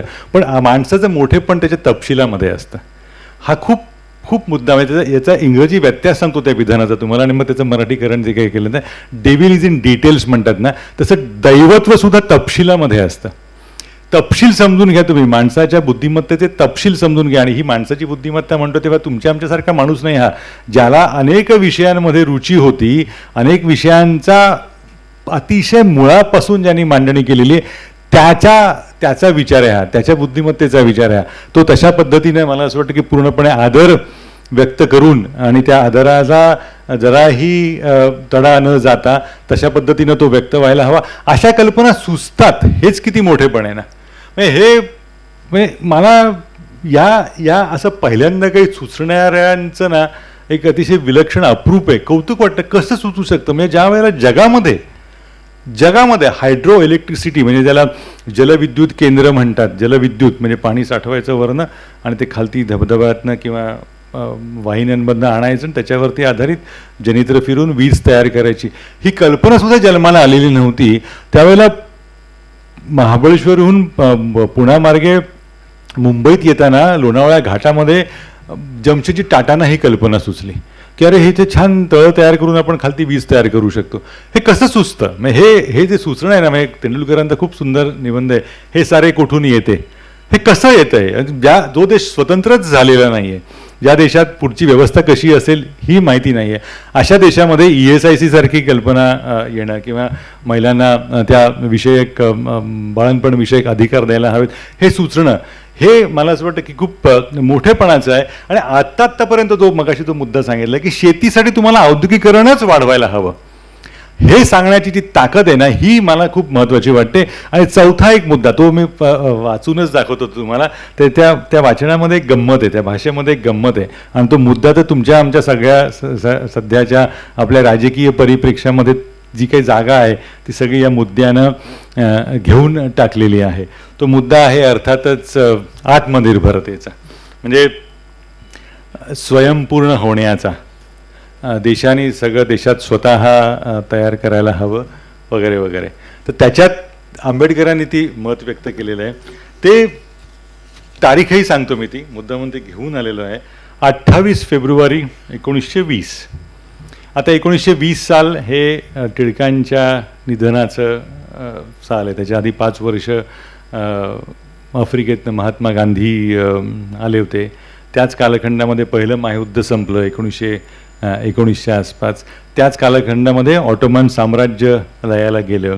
जगाची एक वेगळी मांडणी अशी होऊ लागलेली होती. आणि त्या कालखंडामध्ये इंग्रजांना जेरीस आणण्याचा मार्ग म्हणून हा स्वदेशीचा मार्ग सुचवला गेला. आणि त्याचं एक वेगळ्या पद्धतीनं त्याचं कौतुक म्हणता येत नाही, पण ॲप्रिसिएशन म्हणतात, त्याची जाणीव आहे ती आंबेडकरांनाच होती. पण त्यांनी ते पुढचा विचार करून, म्हणजे सध्याचा जो आपला पद्धतीनं चाललं नाही की सगळं आपल्या देशातच तयार व्हायला हवं. मग मध्यंतरी अशाच लाटा निघतात मध्ये की चिनी उत्पादनावरती बहिष्कार घाला वगैरे वगैरे. मग लोकांना सांगितलं तर ते माळा येतात ना, त्या माळा घालू घेऊ नका तुम्ही, दिव्यांच्या माळा. पण प्रकल्पांची कंत्राटं चिनी कंपनीला दिलेली असतात. पेटीएम कंपनी चिनी मालकीची असते, ते लोकांना माहिती नसतं. म्हणजे हे असं होतं. आणि मला परत मी तो मुद्दा म्हणतोय, मला माफ करा, पण हे असं होतं याचं कारण अर्थविषयक जाणीवाच नाही आहेत आपल्याला. आणि ते नसणं हे खूप मोठं पाप आहे. म्हणजे भारताच्या प्रगतीतला सगळ्यात मोठा अडथळा कुठला असेल ना, तर नागरिकांना अर्थविषयक जाणीवाच नसणं. आणि तुम्ही अमेरिकेच्या निवडणुकीच्या जर तुम्ही ज्याला डिबेट्स म्हणतात, चर्चा बघितल्यात ना, तर तिथला कुठला तरी नागरिक त्या अध्यक्षीय उमेदवाराला प्रश्न विचारत असतो की तू म्हणाल होतास की 4.1 पद्धतीनं अर्थविकास होईल किंवा रोजगार वाढतील, पण ते वाढलेच नाही, ते 3.9% इतक्याच गतीनं वाढले. हे अचंबित व्हायला होतं. हे असं होतं कारण नागरिकांना अर्थविषयक जाणीवा आहेत. आता त्याच्यातनंही ट्रम्पसारखी कधी कधी माती खातात, ते सोडून द्या, पण मुळात जाणीवा आहेत हे अमान्य करता येणार नाही ना. तर या पार्श्वभूमीवरती 28 फेब्रुवारी 1920 या दिवशी ते लिहितात. आत्ताच्या सध्या संदर्भात एक खूप सुंदर परिच्छेद आहे, स्वदेशी माल उत्पन्न करून. आता ही परत एक खासियत आहे, मोठ्या लोकांच्या विचारांमध्ये कसं साम्य असतं, वैचारिकदृष्ट्या खूप एका समान पातळीवर असतात. इंग्रजीमध्ये ज्याला म्हणतात we are on the same page, आपण एकाच पानावर आहोत वेगवेगळ्या विचारांच्या दृष्टिकोनातनं. त्याच्या अनुषंगाने हा मुद्दा खूप महत्त्वाचा ठरतो. स्वदेशी माल उत्पन्न करून हा दरिद्री देश सधन होईल अशी प्रवचने सांगणाऱ्या, आता पुढचा शब्द खूप भारी आहे, स्वदेशी माल उत्पन्न करून हा दरिद्री देश सधन होईल अशी प्रवचने सांगणाऱ्या तारवटलेल्या स्वदेशी अर्थशास्त्रज्ञांनी लक्षात घ्यायला हवे. आता काय मस्त भाषा आहे बघा. तारवटलेल्या स्वदेशी अर्थतज्ञांनी लक्षात घ्यायला हवे की परदेशी माल आयात होतो, याचे कारण तो कमी किमतीत मिळतो. आता हा एक मुद्दा तुम्ही लक्षात घेतलात ना, तर आपल्या अर्थव्यवस्थेच्या ज्या काही वेदना आहेत मग त्याला राजकारणसुद्धा तुम्हाला सहजपणे जोडता येईल की माणसं इथे येतात, कामाला येतात, परराज्य येतात, परप्रांतीय येतात. का येतात? कारण रोजगार मिळतो. आणि मग आपण का नेमतो? साधी गोष्ट आहे. इथला जर मुलगा किंवा एखादा कामगार किंवा एखादा श्रम करून माझे काही घरची कामं करून देणारा नेमायचा असेल, तो एकदम मोडेन पण वाकणार नाही, 100 रुपयाच्या खाली घेणारच नाही. तो परदेशी असतो, तो काय ठीक आहे, द्या 50 रुपये द्या, हरकत नाही, तो करतो. आता ह्याच्यामागे अर्थशास्त्र आहे ना. तो माल जसा आयात होतो तसं श्रम पण आयात होतात ना. माणसंच नाही, म्हणजे उत्पादनच आयात होत नाही, श्रमांची सुद्धा आयात होते. आणि जशी आयात होते तशी स्वस्त श्रमांची आपण निर्यात पण करत असतो.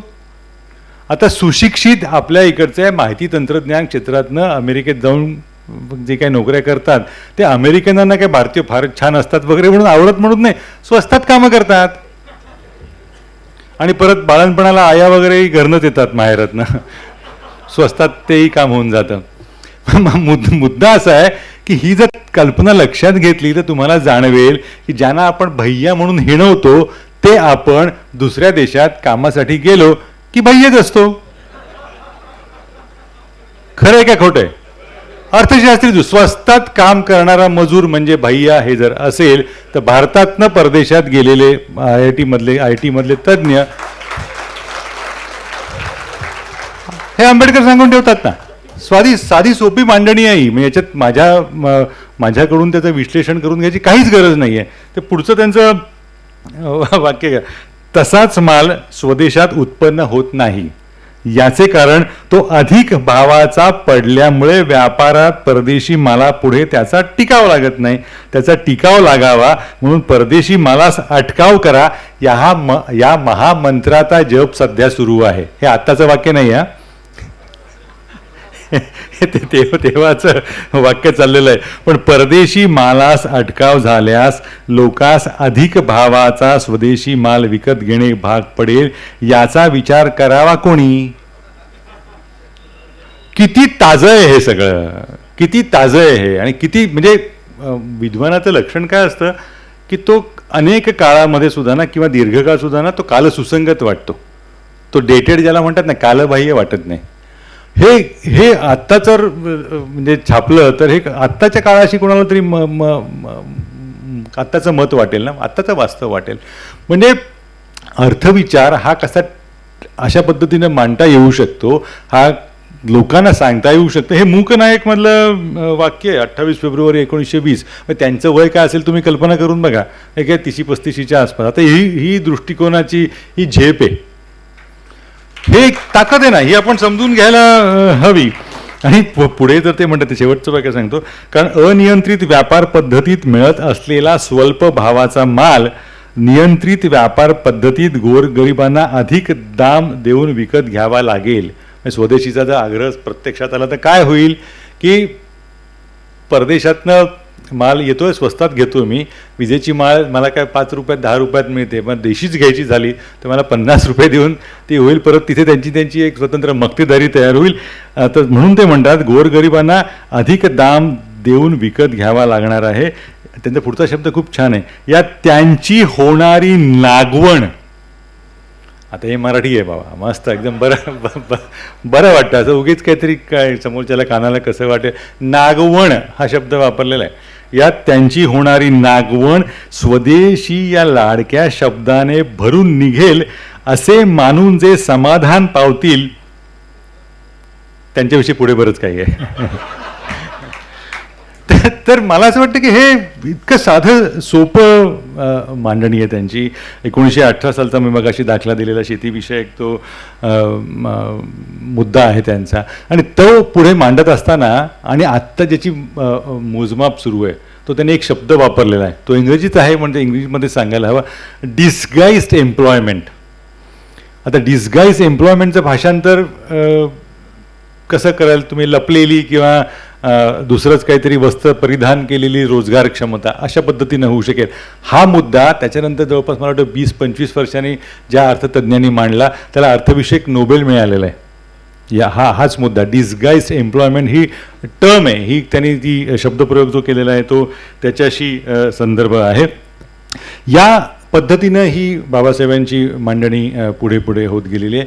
त्याच्यात एकच मतभेदाचा मुद्दा कुठला असू शकतो, तो अर्थातच त्यांनी एका टप्प्यावरती भांडवलशाहीलाही विरोध केला आहे आणि त्याच वेळेला सरकारच्या भांडवल क्षमतेचंही कौतुक केलेलं आहे. म्हणजे सरकारने भांडवल निर्माण करण्याची जबाबदारी पेरायला हवी, म्हणजे सरकारने गुंतवणूक करायला हवी. म्हणजे एका अर्थाने ते समाजवादाचाही विरोध करतात, पण त्याच वेळेला समाजवादाचाही पुरस्कार करतात. त्या मुद्द्यावरती त्यांची, आणि आता हा मुद्दा म्हणजे ज्यांना फक्त आंबेडकरच हवेत आम्हाला मिरवण्यासाठी, त्यांची अडचण करणार आहे. कारण त्यांची आणि नेहरूंची अर्थविषयक मांडणी या मुद्द्यावरती जुळते. म्हणजे सरकारने भांडवल निर्मिती करायला हवी, सरकारने भांडवल घालून उद्योग क्षमता वाढवायला हवी, हे त्यांची मांडणी. आणि नेहरूंनी सुरुवातीला स्वातंत्र्यानंतर जे काही केलं, सार्वजनिक क्षेत्रातल्या काही कंपन्या काढल्या, ती मांडणी ही थोडीशी बऱ्याच अंशी जुळते, थोडीशी नाही बऱ्याच अंशी समांतर जाणारी आहे. त्याच्यामुळे हा एक विचार हा आता कालबद्ध होता का असा एक प्रश्न पडू शकतो. आणि मला असं वाटतं की बाबासाहेब हयात असते तर त्यांनी स्वतःचेच काही विचार नंतर ते कालबाह्य कालानुसार ते ठरतात ते काढून टाकले असते. त्याच्यात कधीतरी त्यांनी या विषयावरती प्रश्न निर्माण केले असते. कारण होतं कसं की भांडवल हे जर सरकार घालायला लागलं तर खाजगी भांडवलदाराचे दुर्गुण सरकारला चिकटायला लागतात आणि मग सरकार हे वेगळ्या अर्थाने भांडवलशहा होतं. आणि सरकार भांडवलशहा होणं अतिशय वाईट, कारण सरकार राष्ट्रप्रेमाच्या बुरख्याखाली अनेक गोष्टी आपल्या गळ्यात मारू शकतं. खाजगी भांडवलदाराला हा प्रश्न येत नाही, त्याला बाजारपेठेच्या समस्यांना तोंड द्यावं लागतं. एकच उदाहरण सांगतो तुम्हाला, पटकन पटेल. 7,000 कोटी रुपये कर्ज फेडता आलं नाही म्हणून किंगफिशर गेली, विमान कंपनी किंगफिशर बुडली. 7,000 कोटीचं मला वाटतं कर्ज होतं. 56,000 कोटी रुपये कर्ज असलेली कंपनी, सरकारनं ते कर्ज, ज्याला त्यांनी इंग्रजीमध्ये त्यांनी शब्द वापरलेला, हल्ली हा खूप लोकप्रिय शब्द आहे कर्जाच्या संदर्भामध्ये, हेअरकट घेऊन सरकारने ती कंपनी विकली, ती म्हणजे एअर इंडिया. 56,000 कोटीपर्यंत कर्ज गेलेलं होतं. आता हे जर खाजगी क्षेत्रात असतं तर एवढं कर्ज सहन करणारा उद्योग टिकला असता का? नसता टिकला. त्याचं समभागधारकांना भांडवल ज्यांनी पुरवलेलं आहे त्यांना हा आवश्यक फायदा देऊ शकत नाही म्हणून ती कंपनी डब्यात गेली असती. त्यामुळे सरकारने भांडवल किती टाकावं आणि कशात टाकावं हा सुद्धा मला असं वाटतं. आणि मुळात एअर इंडिया ही सरकारची नव्हतीच, ही टाटांचीच होती. सरकारने आपली मेड इन इंडिया फक्त त्याच्यावरती लेबल लावलं, बाकी ती खाजगी क्षेत्रातलीच कंपनी होती. पण सरकारने सुद्धा अनेक क्षेत्रांमध्ये कंपन्या काढल्या. तुम्हाला खोटं वाटेल, आत्तापर्यंत जे कोणी सरकार व्यवहाराशी संबंधित आहेत, अभिजित यांच्यासारखे जे कोणी सनदी अधिकारी आहेत, त्यांना हे माहिती असेल की ही फोटोची जी फिल्म येते ना ती काढली कोणी, तर कोडॅक कंपनी, त्यातलं जगातलं मोठं नाव. ती कोडॅक कंपनी डब्यात गेली. त्यांनी ते गुंडाळून लागलं की आता फोनमध्येच कॅमेराला म्हटल्यानंतर कशाला फिल्मची गरज आहे, आपण किती जणांनी शेवटचा रोल कधी घेतला आठवून बघा, नाहीच आठवणार आपल्याला, कारण ते कालबाह्य झालं. पण भारत सरकारची फोटो फिल्म बनवणारी कंपनी आहे. आता काय करतात ते माहिती नाही मला, पण आहे. मुद्दा असा की सरकार जेव्हा भांडवल टाकतात तर फोटो फिल्म बनवणं सरकारचं काम होतं का? या पद्धतीनं म्हणजे जर अशी विचारांची मांडणी जर करत गेलं तर अनेक मुद्दे जमा खर्चाच्या बाजूने त्याचा विचार होऊ शकतो. आणि बाबासाहेबांच्या मांडणीचं वैशिष्ट्य असं की जमेच्या बाजूला 100 मध्ये 99 घटक तरी आहेत. एखादा घटक हा सोडून देऊया, कारण प्रत्येक शेवटी माणूसच असतो. पण एवढे घटक असलेली व्यक्ती असणं हे आपलं भाग्य आहे ना. मला खरंच कौतुक वाटतं. म्हणजे तुम्ही म्हणजे अतिशयोक्ती वगैरे या अर्थाने नाही, असा माणूस हा एखादा युरोपात जन्माला आलेला असताना तर काय त्याचं उदो केला गेला असता, हे आपल्याला दुर्दैव आहे. देशाला मोठे माणसांची आपल्याला म्हणजे मोठी माणसं म्हणजे कुठल्या अर्थाने चमत्कार करणारे मोठे होतात, त्यांचं काही म्हणजे मला म्हणायचं नाही आहे. ते छान त्यांचं चांगलं होतं. पण बुद्धीच्या पातळीवरती इतकी तगडी मांडणी करणारा हा असा एखादा विचारवंत आपल्या देशात जन्मतो आणि त्याची कदर नसणं आणि त्याचा शेवटचा फक्त एक दाखला देतो, तो पण मुळात निबंध आपण वाचावा. आणि तो बुद्ध आणि मार्क्स, काय तुलनेचा विचार आहे. म्हणजे मला सांगतानाही अंगावर असं काटा येतो की मार्क्सची आर्थिक मांडणी आणि बुद्धाचे विचार याची त्यांनी तुलना केलेली आहे. आणि ती तुलना करता करता बुद्धाचे विचार हे मार्क्सला काही बाबतीत किती सरस आहेत हे ते दाखवून देतात, उदाहरण दाखवतात. म्हणजे त्याच्यामध्ये उगीच भावना असं काय नाही, बुद्धीच्या पातळीचा हा मुद्दा मार्क्सने मांडलेला आहे, त्याच्याबरोबर बुद्धाने हे त्या विषयावर असं लिहून ठेवलेलं आहे. आता एकाच बाजूला बुद्धविषयक मांडणी करायची, एकाच बाजूला मार्क्सला हात घालायचा, एकाच बाजूला भारतीय शेतीचा विचार करायचा, भारतीय महिलांना प्रसूती काळातल्या सोयीसुविधा मिळाव्यात याची मांडणी करायची, शेतीसाठी औद्योगिकरणाचा विचार करायचा. आणि हे करत असताना रुपयाची किंमत काय असेल, 32 वय होतं मला वाटतं त्यावेळेला त्यांनी हा विचार केला. आता 32व्या वर्षी हल्ली अक्कलदार सुद्धा येत नाही आपल्याला, अनेकांना ती येतच नाही, हा मुद्दा सोडून द्या. पण या वयात हे सगळं या माणसांना जमतं. हे आणि अशी माणसं या मातीत जन्मलेली आहेत. मला या मातीचं ऋण काय आपण मानायचं असेल ना तर ते हे मानायला हवं. मग अशी अभिजित त्यांच्याशी गप्पा मारताना मी हाच मुद्दा मांडत होतो की महाराष्ट्राचं वैशिष्ट्य काय आहे ना, हे करकरीत बुद्धिवादी माणसं आहेत. ही म्हणजे अक्षरशः करकरीत हा शब्द योग्य आहे. आणि त्या करकरीतपणाला तोड नाही आहे. म्हणजे ज्योतिबा फुलांचे तुम्ही दाखले घ्या, आगरकरांचे दाखले घ्या, ज्यांनी नास्तिकतेची चळवळ सुरू केली. लग्नाच्या दिवशीच बायकोचं मंगळसूत्र गळ्यातनं तोडलं. आता हे आजच्या काळात पाय लटपटतील अनेकांचे, टिकली लहान झाली तरी अनेक नवऱ्यांना छातीत दुखायला लागतं. अजूनही या कालखंडात आपण जगत असताना ही इतकी बुद्धिवादी माणसं या मातीत जन्मली आणि जो अतिशय अन्यायग्रस्त आणि दुर्लक्षित समाजामध्ये जन्मून अतिशय पांडित्यपूर्ण विवेचनासाठी जगभर ओळखला गेला असा एक वैचारिकदृष्ट्या महंत या मातीमध्ये जन्मला. त्याचा आपण मला असं वाटतं की बौद्धिकदृष्ट्या सत्कार करायला हवा. आणि एकच तो मुद्दा मांडतो आणि थांबतो, तो असा की राजकारणाने बाबासाहेबांचा घात केला. म्हणजे बाबासाहेब आंबेडकर म्हटले की नाही मग आपला काय बुवा संबंध, या पातळीवरती एक विचार होतो. मग घटनेविषयी जो काय आदर व्यक्त करायचा तो करायला, कारण ते पर्यायच नाही, करावाच लागतो. म्हणजे भारतीय समाजातला एक मोठा वर्ग हा नोकरदार असतो आणि नोकरदार असल्यामुळे पर्यायच नसल्यामुळे तो प्रामाणिक करदाता असतो, कारण पगारातनंच काय कर जातो ना. तर तसं हा घटना वगैरे हा मुद्दा सोडला तर बाकीच्या कुठल्याही पातळीवरती यांचा विचारच होत नाही. हे मला असं वाटतं की राजकारणाने केलेला हा बुद्धिमत्तेचा हा पराभव आहे. हा पराभव खूप वेदनादायी आहे. म्हणजे शिरवाडकरांनी खूप छान त्यांची ती कविता आहे की एका दिवशी संध्याकाळी शहरात त्याचं एका चौकामध्ये सगळे पुतळे जमतात आणि कोणी म्हणतो काय मी तर फक्त या अमुकाच पुरता उरलो, तो तर दुसरा म्हणतो मी काय ब्राह्मणांपुरताच उरलो, तिसरा म्हणतो मी माळी समाजापुरताच उरलो वगैरे वगैरे असं चाललेलं होतं. तर गांधीजी म्हणतात अरे तरी तुम्ही नशीबवान आहात, तुमच्या मागे काहीतरी समाज तरी आहे, माझ्या मागे फक्त सरकारी कार्यालयातल्या धूळभरल्या भिंती आहेत. आता हे जर वास्तव असेल तर ते मला असं वाटतं की हे आपण बदलायला हवं. आणि ह्या बदलासाठी बुद्धीची आराधना थोडी थोडी का होईना आपापल्या परीनं करणं, ते विचार समजावून घेणं, त्या विचारांच्या अनुषंगानं काही जमतंय का हा प्रयत्न करणं, हे घरी करता येण्यासारख्या गोष्टी आहेत. त्याच्यासाठी घटना दुरुस्तीची गरज नाही, सरकारने जबरदस्ती करायची काही गरज नाही. गुगल वगैरे असल्यामुळे आता तर बसल्या बसल्या हे सगळं करता येईल त्यांचा. आणि हा मोठेपणा आहे. अगदी आत्ता थोड्या वेळापूर्वी निघालेला विषय 1952 सालचं मला वाटतं त्यांचं भाषण आहे, 52 सालच आहे, पुण्यामध्ये महादेव गोविंद रानडे यांच्या जन्मशताब्दीचा कार्यक्रम होता. आणि त्याचं 20-25 पानाचा ऐवज आहे. अतिशय दमदार भाषण आहे. म्हणजे बाबासाहेबांच्या बुद्धिमत्तेचा जो एक प्रचंड मोठा पट असतो ना, 70 mm सिनेमासारखा म्हणतात, तसा सगळा त्याच्यामध्ये तो उभा राहतो. त्याच्यात ते महाराष्ट्राच्या बुद्धी परंपरेचा इतिहास, तर्कशास्त्राचा प्रगती, न्यायशास्त्राची प्रगती महाराष्ट्रामधली, असे अनेक विषयांचे दाखले देतात.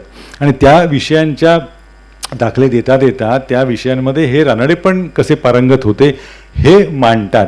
आता मला म्हणजे हे अतिशय ज्याला इंग्रजीचा आधार घ्यायचा झाला तर पॉलिटिकली इनकरेक्ट राजकीय शहाणपणाच्या दृष्टीने अतिशय चुकीचं अशा स्वरूपाचं वाक्य असेल, पण ते मला म्हणायला काहीच म्हणजे प्रत्यय वाटत नाही की त्यावेळेला बाबासाहेबांनी हा विचार नाही केला की रानडे नावाच्या माणसाच्या कौतुकाला मी कसा जाऊ. आता दोन्हीकडनं होत नाही ते, याच्यामध्ये कोणाचं काय होत नाही हा मुद्दा नाही आहे. आपण बुद्धिमत्तेचा पराभव करतो हे कृपा करून लक्षात घ्या. बौद्धिक गौरवाचा आपण पराभव करतो आणि त्याला तुम्ही आणि आपण सगळे जबाबदार आहोत. या बुद्धीचा आदर करायला ज्या वेळेला आपण शिकू त्यावेळेला मला असं वाटतं की ती खरी बाबासाहेबांनी जे काही लिहून ठेवलेलं आहे, एवढा प्रचंड अभ्यास केलेला आहे. माझे आधीचे संपादक होते ते आणि माझे काका हे दोघेही बाबासाहेबांचे जवळचे अभ्यासक होते. तर दोघांच्याकडनं ते समान गोष्टी कुठली कळली असेल ना की त्यांची स्मरणशक्ती, ते म्हणजे एखादा संदर्भ हवा असेल तर ते घरी फोन करून अमुक अमुक फडताळामध्ये 3ऱ्या रांगेतनं ते डावीकडून 6वं पुस्तक आहे, ते 6व्या पुस्तकातल्या अमुक अमुक पानावरती 3ऱ्या परिच्छेदामध्ये मी म्हणतो ते असेल, ते सरळ सांग, या पातळीवरती सांगायचे ते. आणि हे म्हणजे पूर्णपणे 2-3 अशा वेगवेगळ्या माणसांनी त्यांच्या या स्मरणशक्तीचा दाखला दिलेला आहे, ज्याला इंग्रजीमध्ये एलिफंटाईन मेमरी म्हणतात, हत्तीसारखी प्रगल्भ स्मरणशक्ती. तर मला असं वाटतं की याचा काहीतरी भाग आपण आपल्या दैनंदिन जगण्यामध्ये आणण्याचा प्रयत्न करूया. आणि जो कुठला आणायचा असेल तर त्याची सुरुवात मला प्रामाणिकपणे असं वाटतं त्या अर्थविचारापासून आणायला हवी. जोपर्यंत आर्थिक प्रगती होत नाही तोपर्यंत या देशाला भवितव्य नाही. आजच्या आर्थिक पाहणीमध्ये जर गेल्या महिन्यात अर्थसंकल्प सादर झाला त्याच्यातली, माझ्यावरती विश्वास ठेवू नका, त्यातली आकडेवारी काढून बघा. ती आकडेवारी असं दाखवते की भारताने मेक्सिकोला मागे टाकलंय, भारताने चीनला मागे टाकलेलं आहे. का मागे टाकलेलं आहे, कशामध्ये मागे टाकलेलं आहे, कुठल्या उत्पादनांमध्ये नाही तर तरुणांच्या निर्यातीमध्ये. या देशासमोरचं सगळ्यात मोठं आव्हान कुठलं असेल तर पोरं थांबायला तयार नाही आहेत. घरटी अनेकांना हा अनुभव असेल. आणि पूर्वी फक्त मुंबई, ठाणा, पार्ला, पुणे इथनंच जात होती. आता त्याचं लोकशाहीकरण झाल्यामुळे अगदी आता सर्वदूर हे लोण चांगल्या अर्थाने गेलेलं आहे. ते चांगलं करतायत, ते मान्यच आहे, ते जायलाच हवं, त्यांची आर्थिक प्रगती हा मुद्दाच आहे. पण त्यातले किती जणांना परत यावं असं वाटतं? नाही वाटत. चीनमध्ये परत येतात, मग तिथून वेगवेगळ्या अलिबाबासारख्या अँडसारख्या कंपन्या तयार होतात. भारतीय मुलं परत येत नाही. का परत येत नाही? कारण आपण त्यांना बुद्धीच्या क्षेत्रात मोकळीक देतच नाही. आपण त्यांना सगळ्यामध्ये जमेल तितकं बांधून टाकतो. तू काय खा, काय पी, कुठले कपडे घाल वगैरे वगैरे याच्यामध्ये जखडून टाकतो. म्हणून यांना बाहेर जावं असं वाटतं. ते काही सुखसोयीसाठी नाही वाटत. सुंदर रस्ते काही दिवसांनी कंटाळाच येतो. म्हणजे कोविडच्या काळात बघितलं असेल, आपले रस्ते सुंदर वाटायला लागले होते. नंतर कंटाळाच येतो त्या सुंदरतेचा. म्हणजे कधी एकदा 2 वर्षापूर्वी ऑस्ट्रियाला गेलो होतो, तेव्हा मला असं कधी एकदा कचराकुंडी बघतोय असं वाटायला लागलं. तर ते यासाठी जात नाहीत लोक. ते जातात कारण बुद्धीचा आदर होतो. बुद्धीचा आदर होतो. त्या बुद्धीचा आदर करायची काहीतरी सुरुवात आपण आपल्यापासून करायला हवी. एवढं फक्त सांगतो. एक किस्सा सांगतो आणि मी थांबतो. व्यंकट रमणन म्हणून, वेंकी नावाने ते ओळखले जातात, त्यांना रसायनशास्त्राचं नोबेल पारितोषिक मिळालं. आणि ते अर्थातच परदेशामध्ये असतात, इंग्लंडमध्ये आहेत सध्या, त्यावेळेला अमेरिकेमध्ये होते. आणि जरा काही परदेशात कुठल्या तरी भारतीयाला कौतुक झालं की आपण टाळ्या वाजवायला जोरजोरात, अरे काय तो भारतीय आहे वगैरे वगैरे. म्हणजे जंगल में मोर काय जे काय असेल ते, बेगाने शादी में अब्दुल्ला दिवाना म्हणतात तसं. कुठे तो काहीतरी करत असतो. पण भारतीय म्हणलं की आपल्याला उगीच आपल्या छातीत असं हवा छाती फुगते. तर त्यांच्या शाळेने सत्कार करायचं ठरवलं. आणि म्हणजे हे का सांगतोय मी, त्याचं कारण तुम्हाला नंतर सांगेन, शेवटी सांगेन याच्या. तो सत्कार झाला चेन्नईला, त्यांच्या शाळेमध्ये सत्कार झाला. आणि सगळ्या त्यांच्या शिक्षिका, त्या कोणी शिक्षिका नव्हत्या, त्या पण आल्या असतील. मी लहानपणी त्याला गणित शिकवलं वगैरे वगैरे. तर कोणाला आठवतो असं काही, मोठं झालं की काही सांगतात सगळे असे.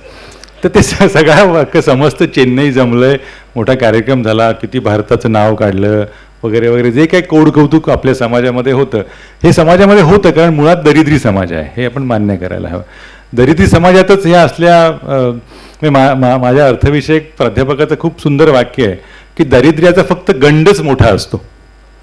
तर हा गंड भारतीय म्हणून फुलून आला होता सगळ्या त्या समारंभामध्ये. मग यांचं सत्काराला हे उभे राहिले वेंकी. हे भाषण गुगलवर पण तुम्हाला सहज मिळेल.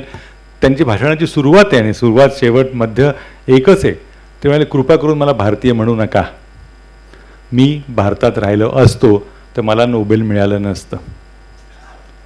हे भारतीय माणूस सांगतोय.